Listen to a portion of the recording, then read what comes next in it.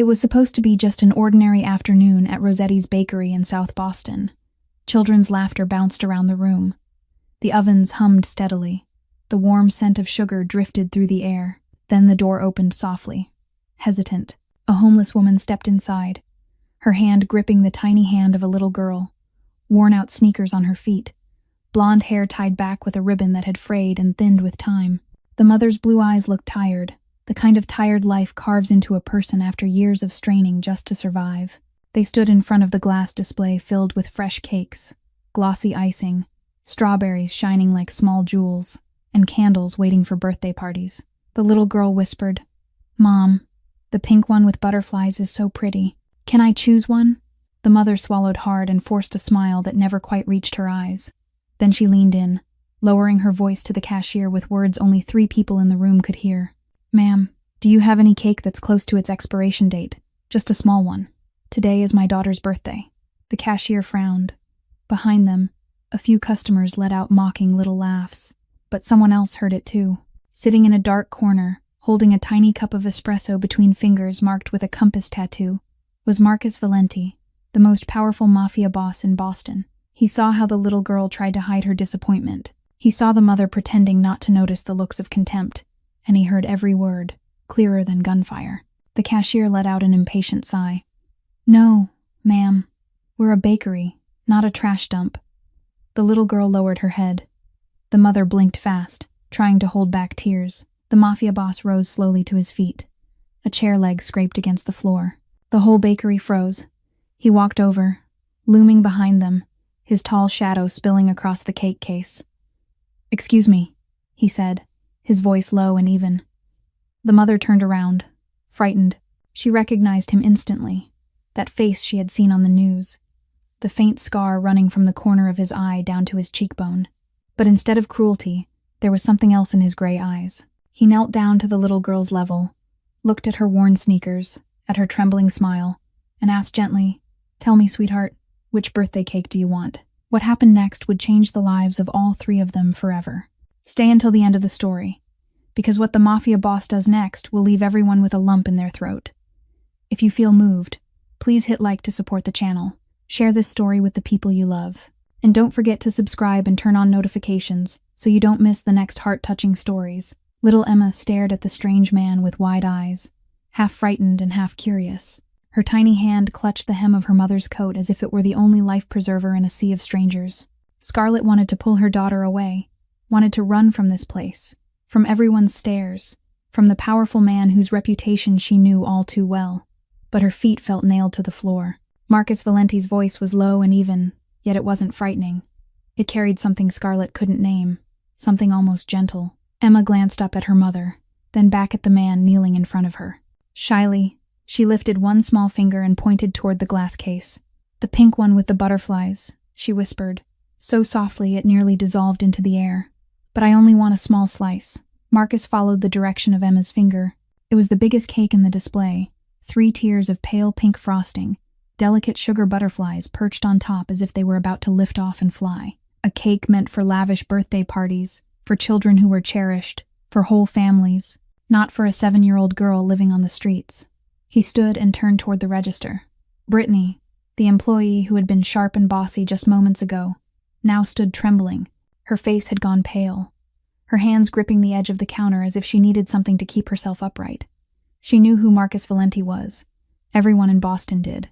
"I want that cake," Marcus said, his voice neither raised nor softened, but carrying the weight of a command. "The biggest one, 3 tiers. And I want 7 pink candles placed on top." Brittany nodded over and over, not daring to meet his eyes. Yes, sir. Right away." Marcus wasn't finished. "Add a bag of food, 2 grilled chicken sandwiches, pumpkin soup, and those small pastries in that case. Everything that's freshest. Pack it carefully." Brittany threw herself into the work as if her life depended on it. Maybe it did. While she hurried and fumbled with the boxes and bags, Marcus took out his wallet. He laid 5 $100 bills on the counter, neatly arranged, unhurried. "Keep the change," he said. "Consider it a tip for your wonderful service." The sarcasm in his words made Brittany drop her gaze even lower, not daring to say a single thing. The whole bakery remained silent. The customers who had been sneering only moments earlier now stood like statues, eyes fixed on the floor, no one daring to breathe too loudly.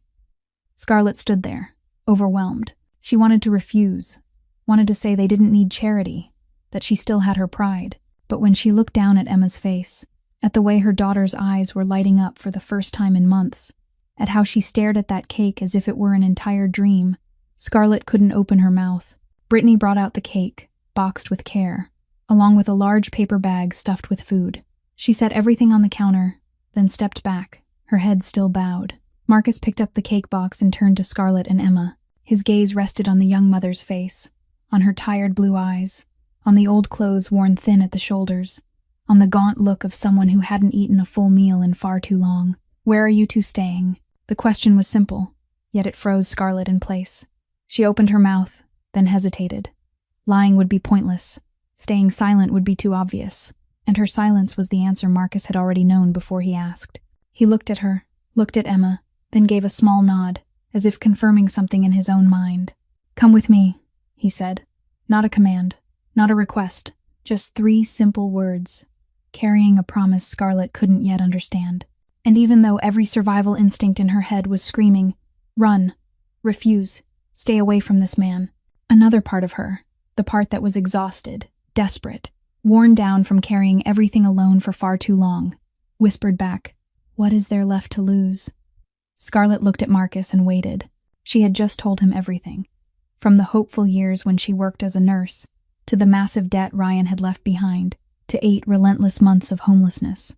She had poured it all out, as if the words themselves were a weight she'd carried for too long and finally needed to set down. Now it was his turn. "Why did you do all of this? Why did you watch us for 3 weeks? Why would a man like you care about a homeless mother and child?" Marcus didn't answer right away.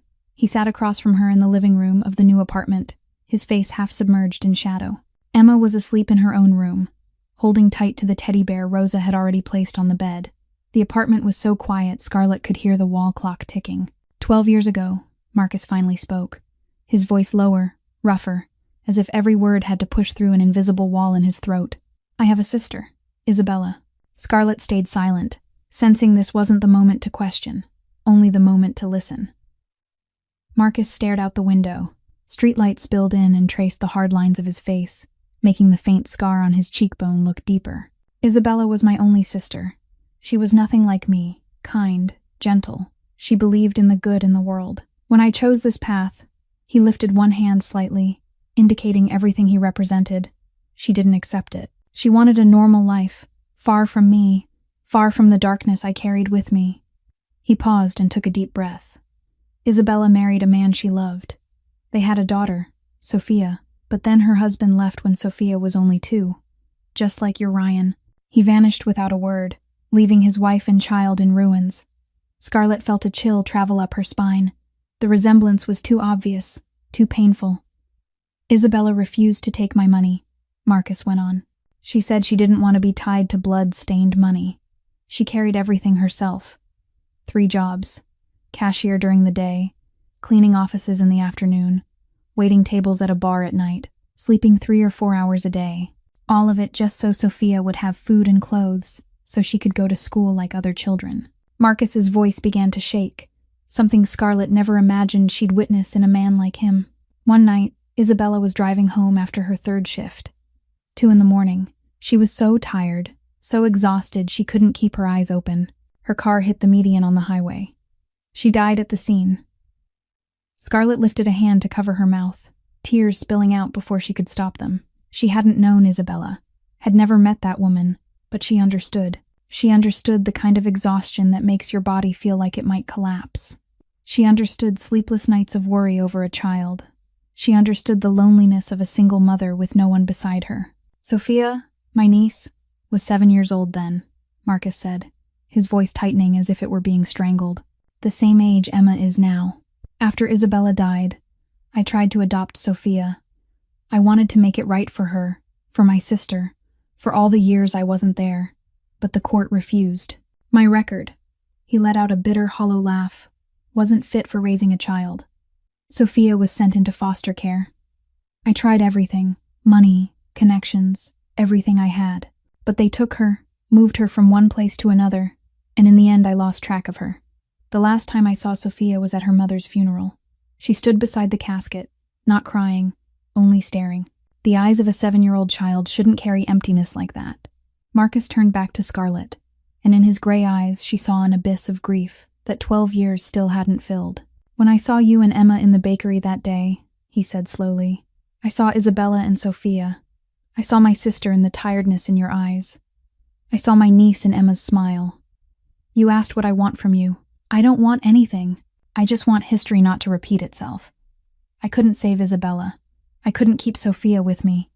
But maybe I can save you too, Scarlett cried, not from pity for herself, but because for the first time she saw the real human being behind the Mafia boss's cold exterior. A brother who had lost his sister, an uncle who had lost his niece, a man who had carried a scar inside his heart for 12 years, a scar no one could see, yet one that had never stopped hurting. She didn't speak. She simply reached out and took Marcus's hand, a hand that had done cruel things, but tonight was trembling like a lost child. That night, after Marcus left, Scarlett lay on a soft bed for the first time in 8 long months.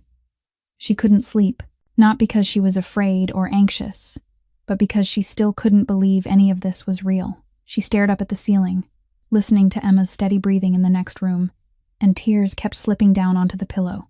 The next morning, the day's first sunlight pushed through the curtains and woke Emma. The little girl sat straight up, eyes wide, looking around the room as if she had to prove to herself she wasn't dreaming. The bed had pale pink sheets. A light wood bookshelf stood nearby with a few comic books already placed there. A soft brown teddy bear lay beside her pillow. And the window, a real window with curtains, with light, with even birdsong outside. Mom! Emma hopped out of bed and ran barefoot out of the room. Mom! Mom!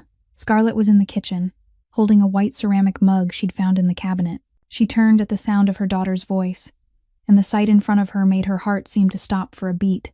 Emma stood in the middle of the living room, her blue eyes shining, her face glowing with a joy Scarlett had thought she might never see again. Mom, is this our home? Really, Mom? I have my own room. I have a bed. I even have a teddy bear. Scarlett set the mug down and sank to her knees to wrap her arms around her. She couldn't speak. She just held Emma tightly and cried. She cried for the past 8 months, for all the time she'd forced herself to look strong in front of her child. She cried for the freezing nights on street corners when she'd had to pull Emma into her arms just to keep her warm. She cried for the meals she'd skipped so her daughter could have one more piece of bread. She cried because at last, her little girl had a roof over her head. Are you crying because you're happy, Mom? Emma asked, her voice innocent. She lifted her tiny hand and wiped the tears from her mother's cheeks. Yes, baby, Scarlett whispered, her voice thick. I'm crying because I'm happy. Emma smiled, and then she continued her tour of the apartment. She ran into the bathroom and squealed when she saw the bathtub with a shower head. She opened the refrigerator, her mouth falling open at the cartons of milk, the eggs, the fresh fruit. She stood at the living room window and looked down at the small park below, with rows of deep green trees. Mom, there's a park too. There are swings. Scarlett watched her from a distance, her heart both aching and warm, aching, because she realized the simplest things, a bed, a refrigerator full of food, a bathroom with hot water, could make her daughter this happy. That meant for 8 months, she hadn't been able to give Emma even the most basic things. But warm too, because now Emma had everything. At 10 in the morning, the doorbell rang. Scarlett opened the door and saw Marcus standing there, holding a large paper bag. He wore a simple white shirt, no suit, none of the frightening presents he'd carried in the bakery. This morning he looked like an ordinary man, like a neighbor stopping by. I brought croissants for breakfast, he said. Rosa baked them early. Uncle Marcus. Emma ran out, no longer frightened the way she'd been the day before. Uncle, my room has a teddy bear. And books too. I love it. Marcus looked at the little girl, and Scarlett saw something in his eyes, a flicker of light, and yet pain too. She understood what he was seeing, who he was thinking of.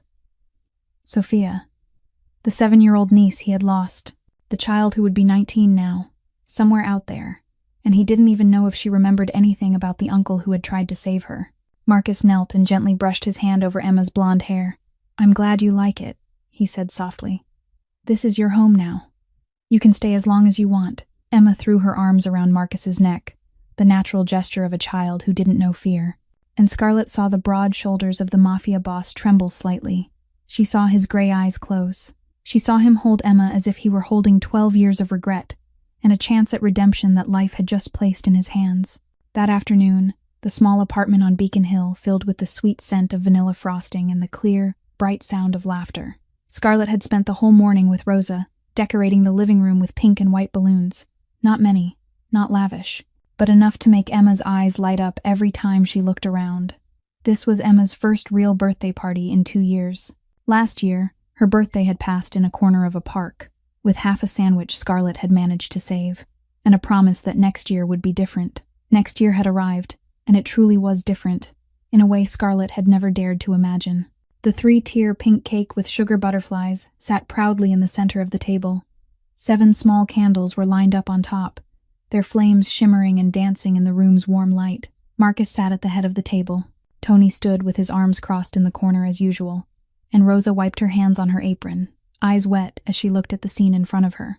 Scarlett sat beside Emma, holding her daughter's hand, her heart beating fast. "All right, sweetheart," Scarlett said softly.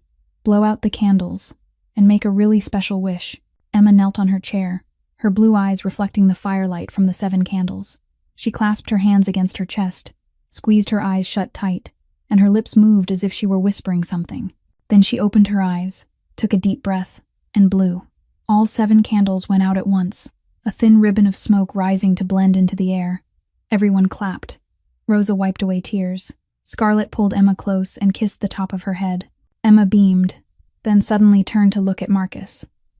"Uncle Marcus," she called, her voice as clear as glass. "Do you want to know what I wished for?" Marcus tilted his head slightly, a faint smile touching the corner of his mouth. "Tell me." Emma climbed down from the chair and ran around the table to Marcus. She stood in front of him and looked up, her blue eyes as pure as a summer sky. "I wish that you wouldn't be sad anymore," Emma said, her voice serious, as if she were sharing the most important secret in the world.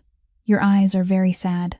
I saw it the day you told Mom your story. I pretended to be asleep, but I heard. You cried. I don't want you to cry. I want you to be happy."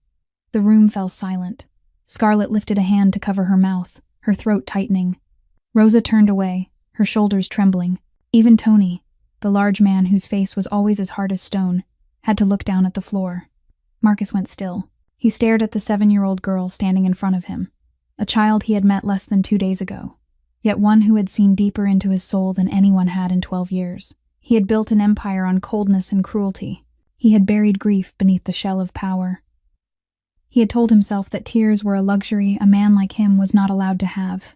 But now, in the clear blue gaze of Emma, in a birthday wish she gave to him instead of to herself, every wall he had built suddenly collapsed. Marcus lowered his head, his shoulders began to shake, and for the first time in 12 years, since the night he stood beside Isabella's casket, since the last time he watched Sophia being led away, since the moment he told himself he would never cry again, tears rolled down his cheeks, not the tears of weakness, but the tears of a man finally allowing himself to heal. Emma wasn't afraid.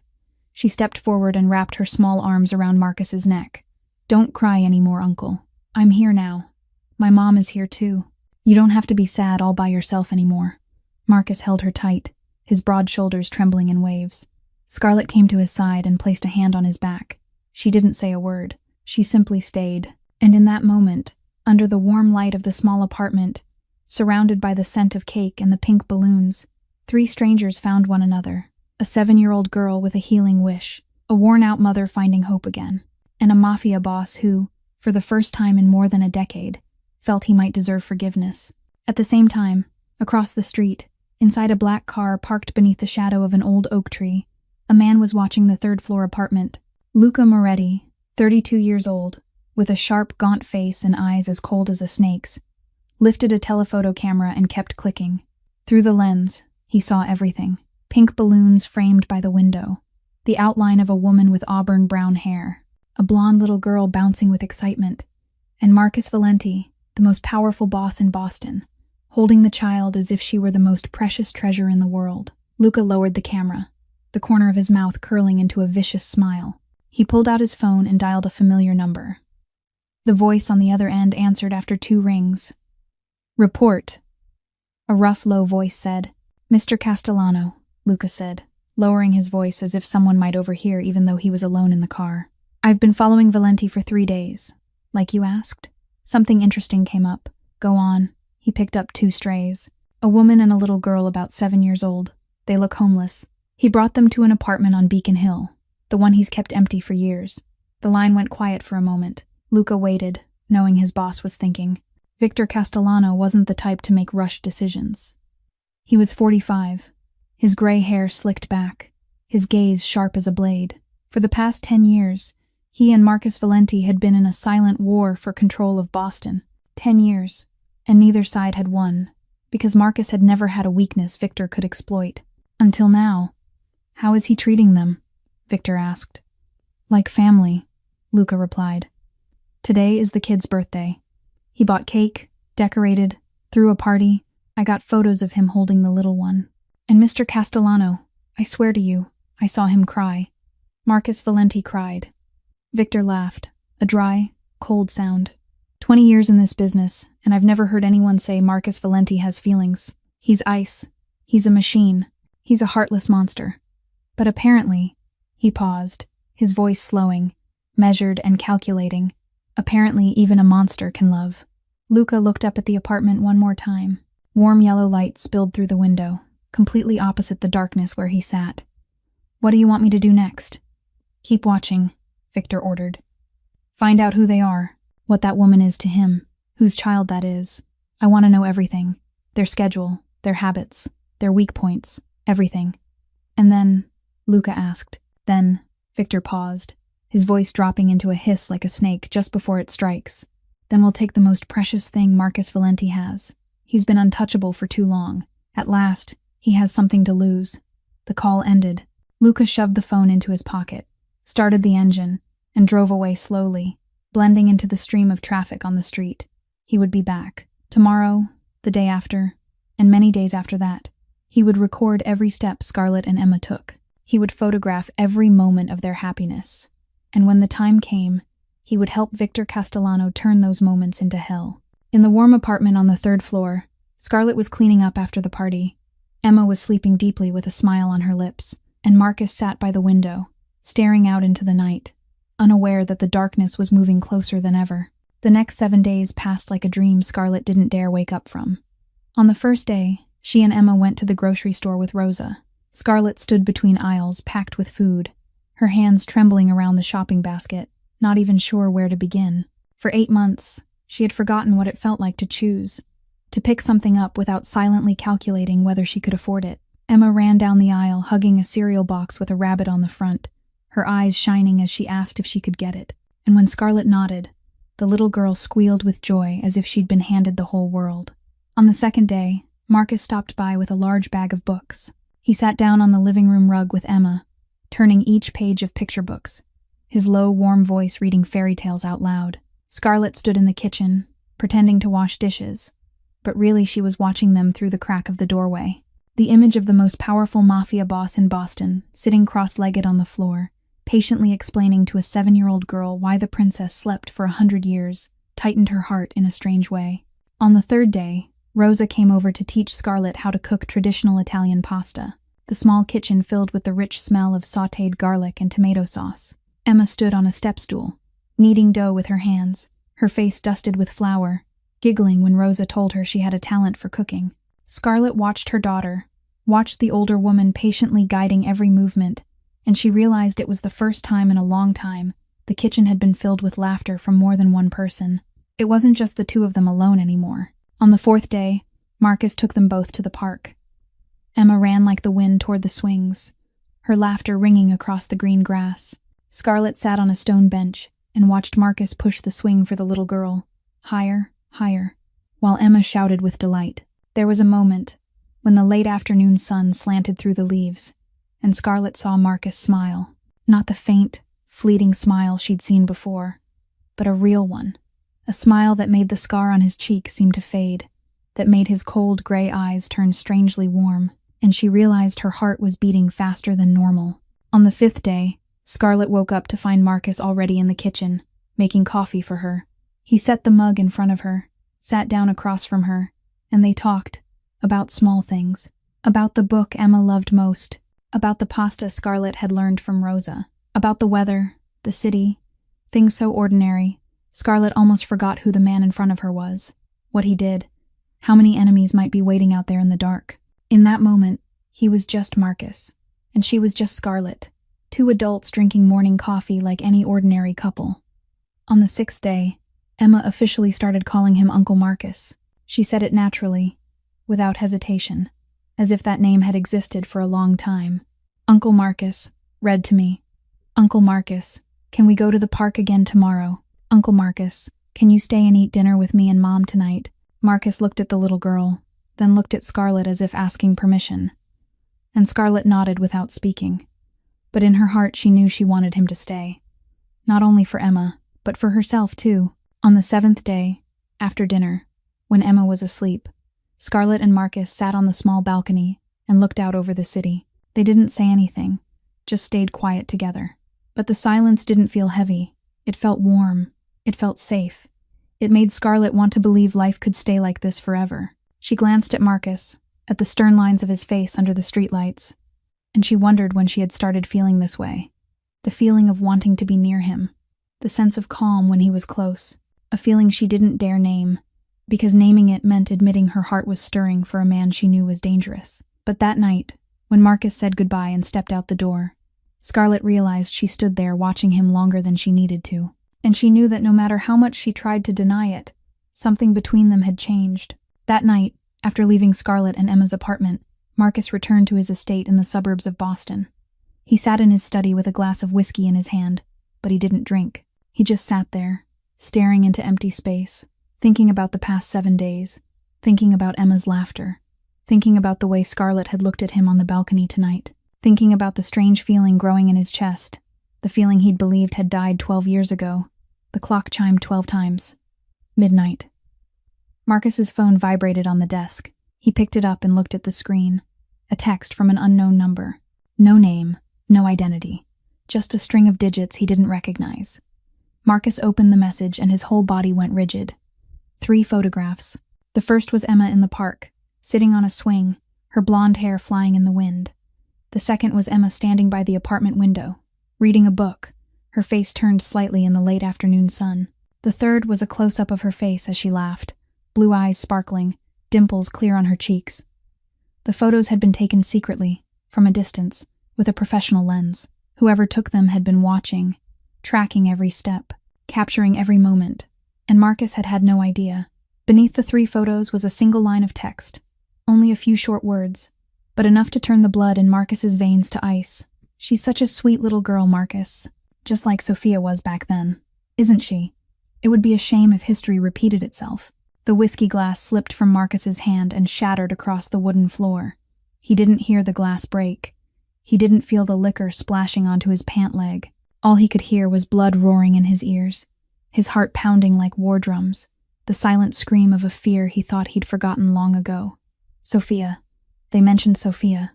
They knew about Sophia, and they were threatening to do the same thing to Emma. Marcus stared again at the 3 pictures, his hands shaking so hard he could barely hold the phone. Emma's face in the photos, her innocent smile, those clear blue eyes with no idea that someone was stalking her, waiting, planning to turn her life into hell. Just like Sophia back then, just like his niece, the 7-year-old who had been torn from him and thrown into the cold system of foster care. The child he had lost, searched for 12 years without success.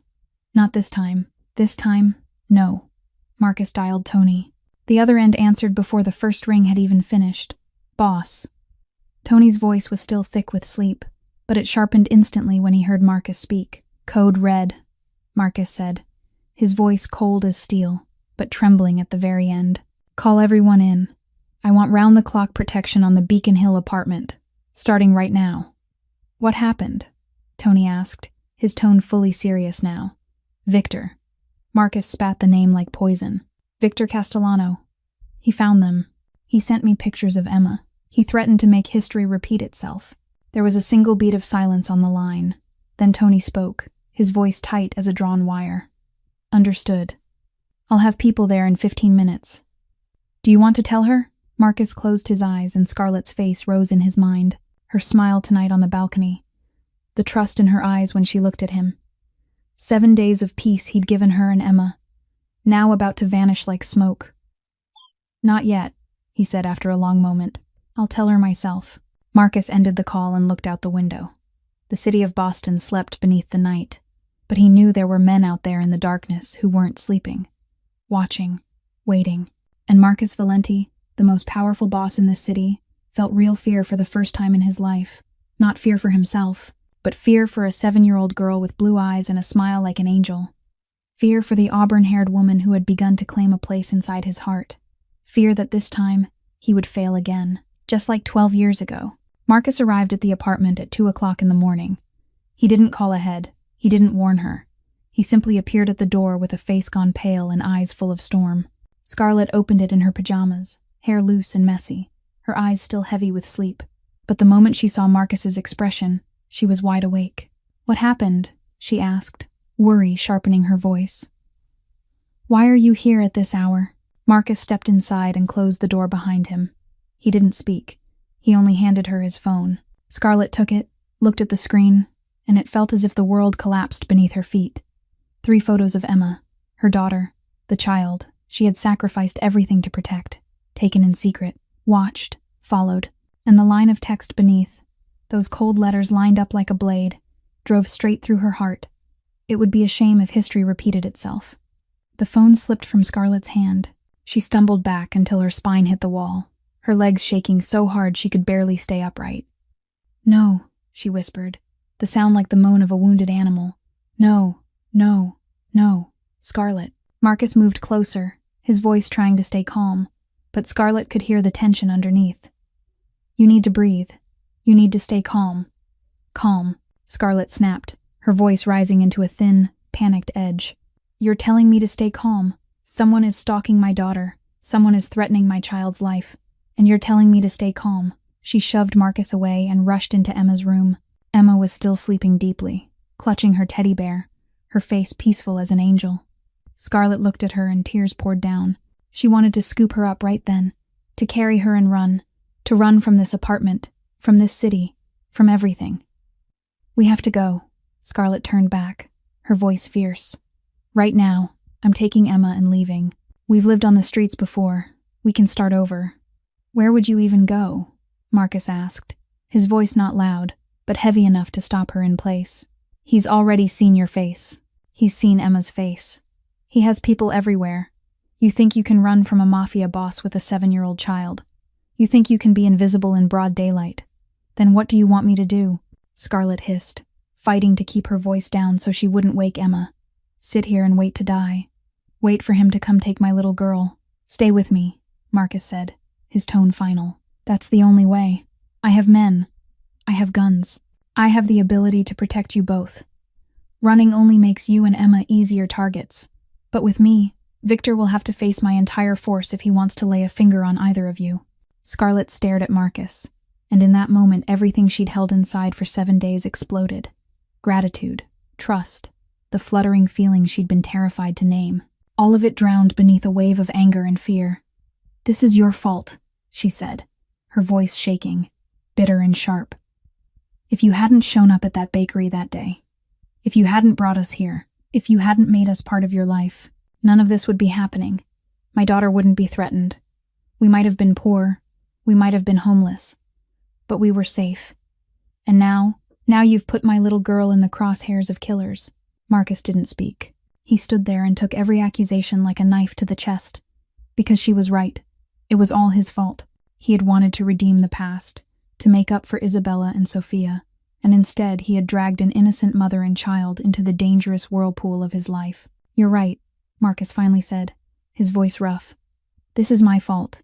I was selfish. I saw you and Emma and I saw a chance to make things right, and I didn't think about the consequences. But Scarlett, no matter how much you hate me, no matter how badly you want me out of your life, right now I'm the only one who can protect you. Give me the chance to fix this. Give me the chance to keep Emma safe. When it's over, if you still want me gone, I'll go. But right now, please, trust me."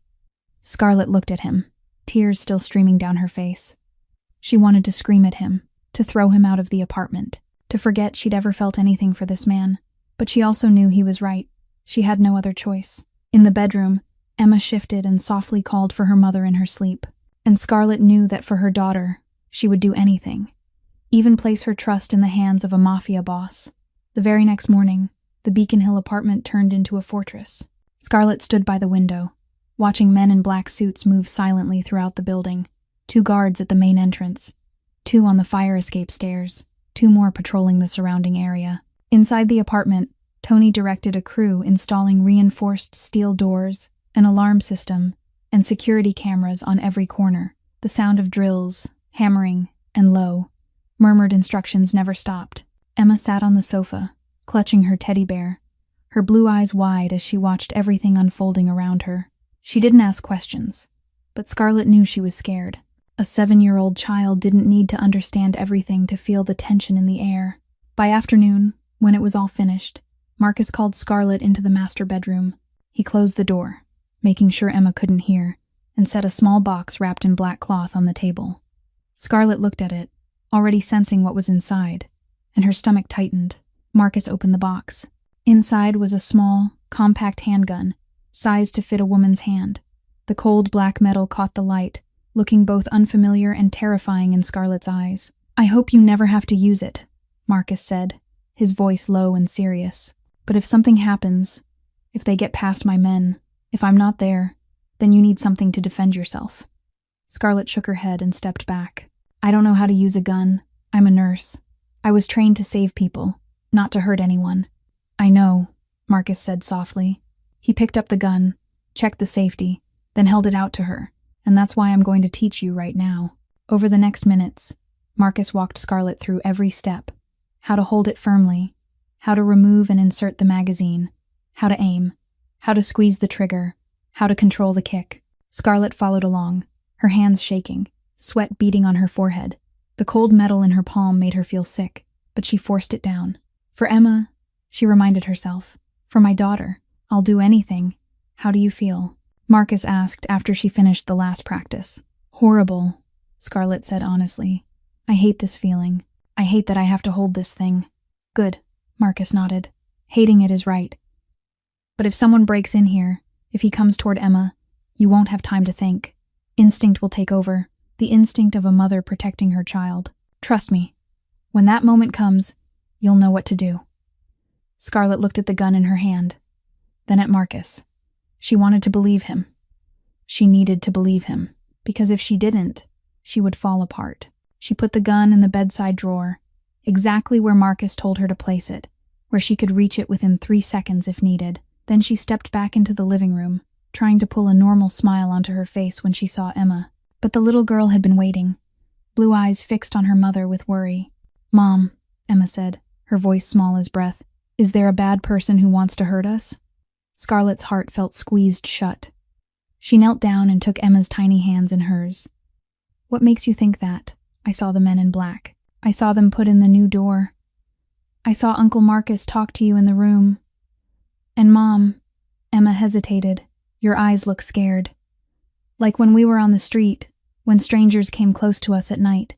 Scarlett pulled her into a tight embrace, fighting back tears. She had forgotten that Emma was small, but she had already lived through too much. She knew how to sense danger. She could read adult faces. She had grown up too fast during those 8 months on the streets. "Uncle Marcus is protecting us," Scarlett whispered into her daughter's hair. "He's very strong. He won't let anyone hurt you. And neither will I. I'll protect you no matter what. Do you trust me?" Emma nodded and wrapped her arms around her mother's neck. "I trust you. And I trust Uncle Marcus too. He won't let anyone hurt us." Scarlett closed her eyes and held her daughter tighter. In her mind, she saw the gun in the drawer. She hoped she would never have to use it. But if she did, for Emma, she would pull the trigger without hesitation. At the same time, about 5 miles south of the Beacon Hill apartment, in the basement room of an old, worn Italian restaurant in Southie, Victor Castellano was presiding over a meeting. 15 men sat around a long wooden table, their faces half swallowed by shadow, with only the dull yellow light from a hanging ceiling lamp spilling down. Cigarette smoke curled through the thick air, heavy with the smell of whiskey and tension. Victor stood at the head of the table, holding a stack of photographs. He was 45 years old, his gray hair slicked neatly back, an expensive gray suit on his frame, eyes cold as ice. When he spoke, the entire room went silent. Marcus Valenti thinks he can protect them. Victor threw the stack of photos onto the table. Pictures of Scarlett and Emma scattered across the wood. Some taken in the park, some through the apartment window, some while they were at the grocery store. He reinforced the apartment, posted 6 guards, installed cameras everywhere. He thinks that's enough to stop us. Luca, seated to Victor's right, spoke up. 6 men isn't nothing, boss, and the apartment is on the 3rd floor, with only 1 main staircase and 1 fire escape. It won't be easy to get in. Victor laughed, a dry sound with no humor in it. 6 men. I have 15, and I have something Marcus doesn't. He pointed to a map of the building spread across the center of the table, strategic positions marked in red ink, the element of surprise. He's defending, which means he's waiting. But waiting for what? Waiting how long? A day? A week? A month? His men will get tired. They'll get sloppy. They'll let their guard down. And that's when we strike. Victor circled a spot on the map. 3 in the morning. Tomorrow night, the hour when people sleep the deepest. The hour when reflexes are slowest. The hour when even the most professional guards struggle to stay sharp. A young gunman at the far end of the table spoke. What's the target? Kill Valenti. Victor shook his head slowly, a vicious smile spreading across his mouth. No, killing Marcus is too easy, too quick, too merciful.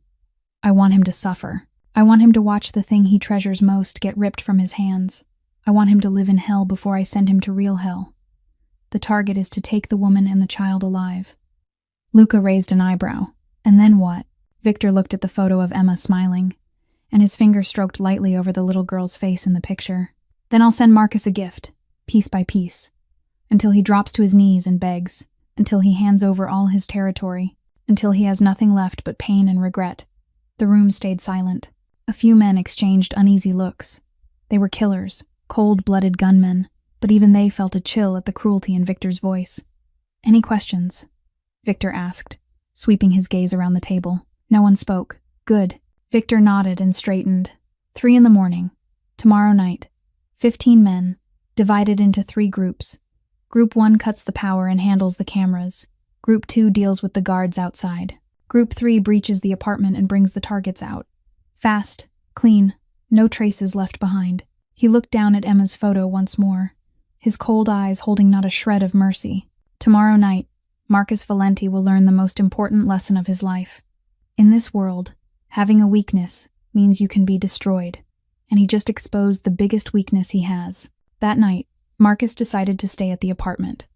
He sat in an armchair in the living room, his eyes never leaving the front door, his hand resting on the gun in his lap. Tony stood guard in the hallway outside with 2 other men. 4 more were positioned on the ground floor and around the building.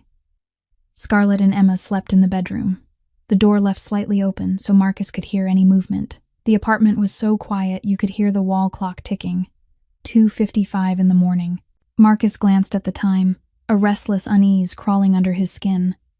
Something wasn't right. The air felt too still, too normal, as if a storm were gathering strength before it broke. He reached for his radio to call Tony and check the perimeter.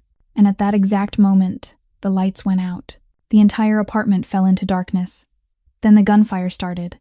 Not one shot, but a rapid series of blasts from downstairs, tearing through the silent night. Screams, running footsteps, shattering glass. Marcus sprang up, the fighting instinct honed over 20 years in the life snapping into place.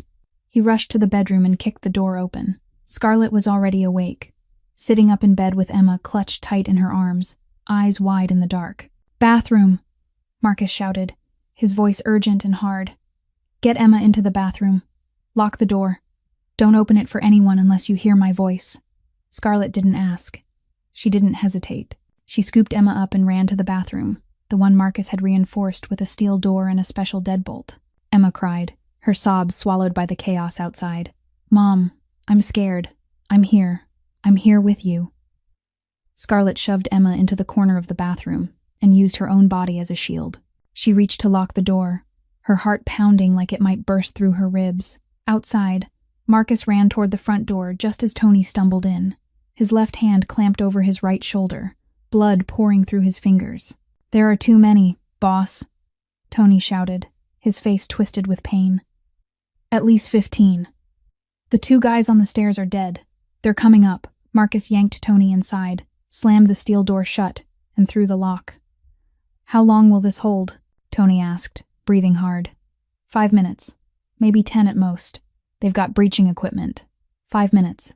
Marcus ground his teeth. 5 minutes to protect the two most precious lives he had. 5 minutes to face 15 gunmen. 5 minutes balanced between life and death. Did you call for backup? Marcus asked. Marco's on the way.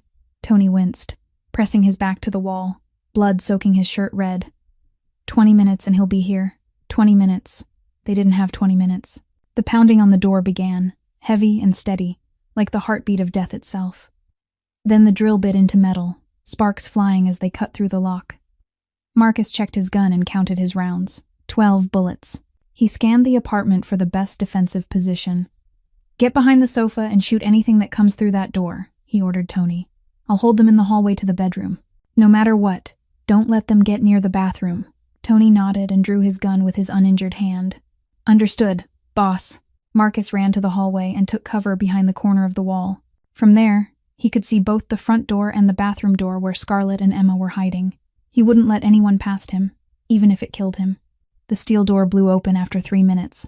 Blinding flashlight beams swept across the room, followed by dark figures moving fast and professional. Tony fired first, dropping one man right in the doorway. But there were too many. They poured in like a tide, spreading through the living room, overturning furniture, kicking open doors. Marcus shot down 2 men trying to push into the hallway, but the third bullet grazed his shoulder, leaving a burning line of pain. He had no time to think about the wound. He only thought about Emma, about Scarlett, about the fragile bathroom door behind him, about the promise he had made the moment he brought them here. That he would protect them, that he wouldn't let history repeat itself, that this time he would not fail. Another man lunged into the hallway, and Marcus shot him in the chest. The next one went down just outside the bedroom door, but his ammunition was running low, and there were still far too many enemies. In the bathroom, Scarlett heard the gunshots, the shouting, the pounding footsteps, and the crash of things being thrown aside. Emma pressed her face into her mother's chest, crying without sound. And Scarlett knew that if they got past Marcus, she would be the last line of defense.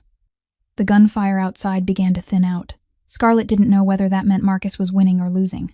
She only knew that every second inside this cramped bathroom stretched into a century. Emma pressed herself into the corner, blue eyes soaked with tears, as she looked at her mother in absolute terror. She wasn't crying out loud anymore, just trembling, the sobs trapped in her throat. Scarlett knelt in front of her, both hands gripping Emma's shoulders. Listen to me, she whispered, her voice shaking but forcing itself steady. No matter what happens, you stay right here. You don't go outside. You don't make a sound. Do you understand? Emma nodded, her lips pressed so tight they'd gone pale. Scarlett kissed her forehead, then stood and turned toward the door. She remembered the gun Marcus had given her, the gun he'd taught her how to use, the gun she'd put in the bedside drawer in the bedroom, outside this bathroom. Scarlett's heart sank. She didn't have it. She'd forgotten to grab it when Marcus shouted for her to run in here. She'd only thought about protecting Emma, about running, and she'd forgotten the one weapon that might save them. And then heavy footsteps sounded right outside the bathroom door, then a strange man's voice, thick with menace. They're in here. I found them. Scarlett went rigid. She heard the pounding on the door, metal striking metal, a drill screaming into the hinges. They were breaking in. They'd get through in a few minutes, and she had nothing in her hands to fight back. Mom, Emma whispered behind her, her voice broken. Scarlett turned and looked at her daughter, at that small face gone white with fear, at those blue eyes begging her to do something. And in that moment, something inside Scarlett ignited. Not despair, not surrender. Rage. The rage of a mother with nothing left to lose. She scanned the bathroom, hunting for anything she could use as a weapon.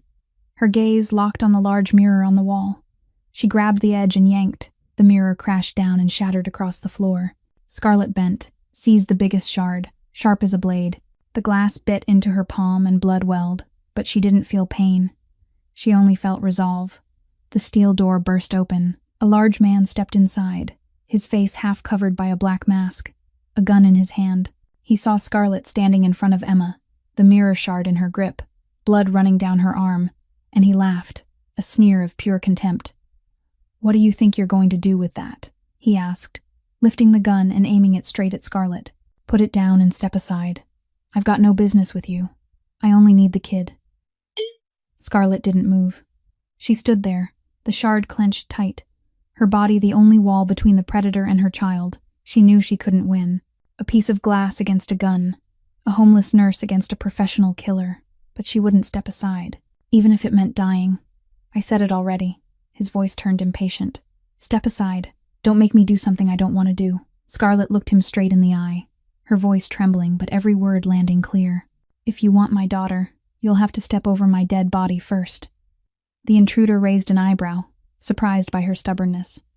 He moved one step closer, the gun still trained on her. "Who do you think you are?" he asked, his tone flat and cold. "What do you think you can do?" Scarlett drew a deep breath.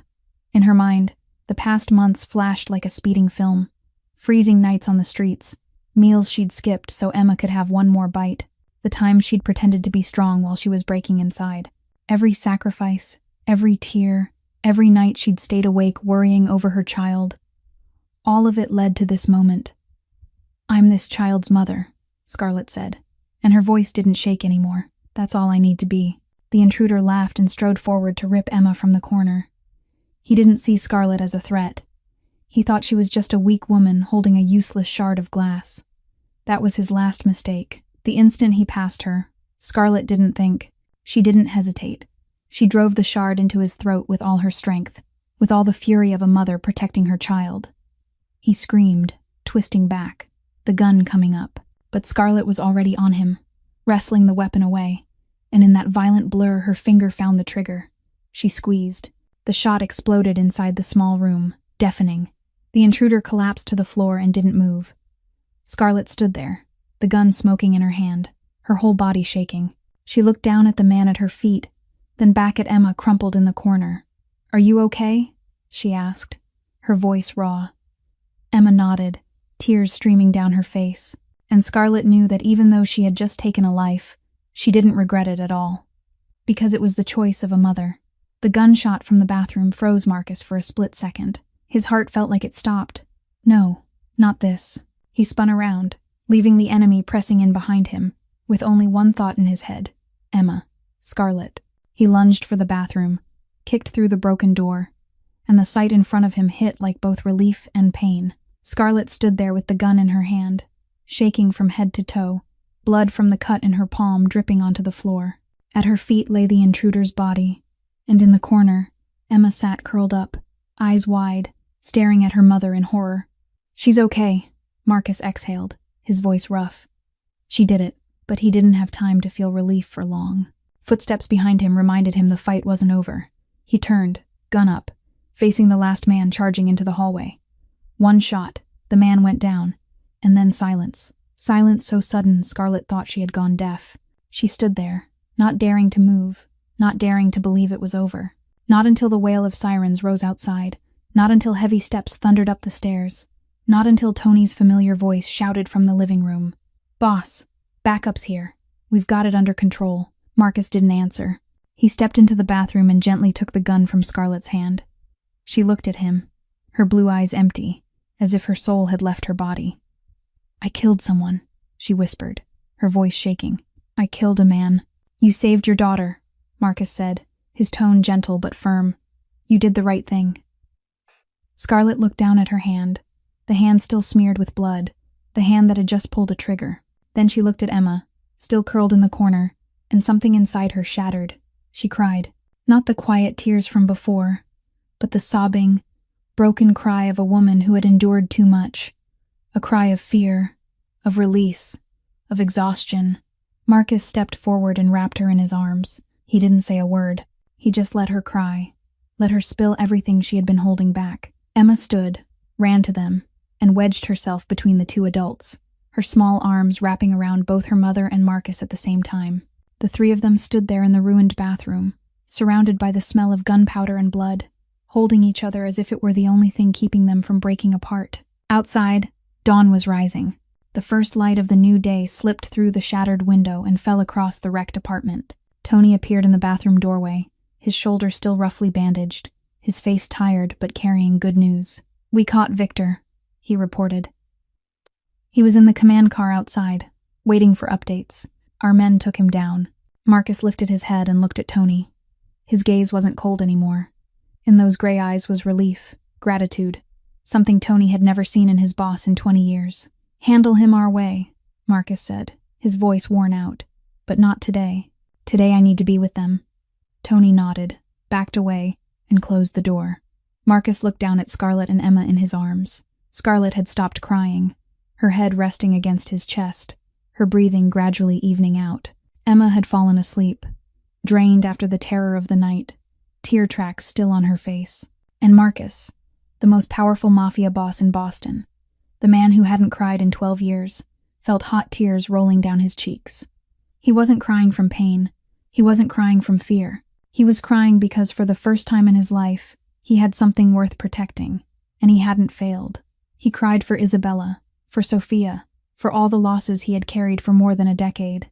He cried because Scarlett had trusted him, because Emma had called him Uncle Marcus, because they had walked through hell and survived. He held the two of them tighter, let the tears fall freely, and whispered a promise only the dawn could hear.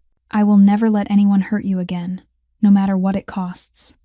6 months passed like a dream Scarlett was no longer afraid to wake up from. After that horrific night, Marcus moved her and Emma to a new house in a quiet Boston suburb, with a white fence, a yard shaded by trees, and birdsong every morning. No more apartment marked by bullets and blood. No more memories of gunshots in the night. Only peace, the kind Scarlett had believed she would never taste. She went back to work as a nurse at a small clinic, 15 minutes from the house. Marcus helped her restore her credentials, untangle the legal problems from the debt Ryan had left behind, and open the door for her to step into a new life. On her first day back at work, Scarlett stood in front of the mirror, stared at the familiar nurse's uniform, and cried. Not because she was sad, but because she realized she was still herself. Still Scarlett Morgan, the woman who wanted to heal and help other people. 8 months of homelessness hadn't taken that away. The night of terror hadn't taken that away. She was still here, stronger than ever. Emma started school at an elementary school near their home. On the first day, she clung to her mother's hand at the school gate, blue eyes anxious as she watched unfamiliar children run and play across the yard. But after only a week, Emma had friends. She brought home messy little drawings and told stories about her kind teacher, about Lily who sat next to her and always lent her colored pencils, about cafeteria lunches and the pizza she loved most. Scarlett listened to her every evening, and she realized these were the simplest things she had dreamed of for her daughter through those 8 months on the streets. A school, friends, a normal childhood. Marcus visited them every weekend. He brought pastries from Rosetti's bakery, new books for Emma, and sometimes flowers for Scarlett. They ate dinner together, talked about ordinary things, laughed like a real family. Scarlett didn't know what to call what existed between her and Marcus. It wasn't love, at least not yet. But it wasn't only gratitude either. It was something deeper, an invisible thread connecting two people who had made it through hell together. But what made Scarlett happiest wasn't her new life. It was the news Marcus brought one evening last month. He sat across from her in the living room, his face carrying an emotion she rarely saw. "I found Sophia," he said, his voice rough. "My niece. I found her." Scarlett stared at him, her heart racing. "Where is she? How is she?" Marcus smiled, a rare smile edged with tears. "Sophia is 19 now. She's a college sophomore, majoring in psychology. She lives in California. A good family adopted her when she was 10. She's healthy, smart, and beautiful, just like Isabella." He paused and drew in a deep breath. "I contacted her. At first, she didn't want to meet me. She knows who I am, what I do. She was afraid, but then she agreed to talk on the phone. We talked for 3 hours. She told me about her mother, about the few memories she still has, and she said she'll think about meeting me." Scarlett reached for Marcus's hand, her eyes burning. "That's a wonderful beginning." Marcus nodded, tears sliding down his cheeks. 12 years. 12 years I searched for her. And finally, I heard her voice.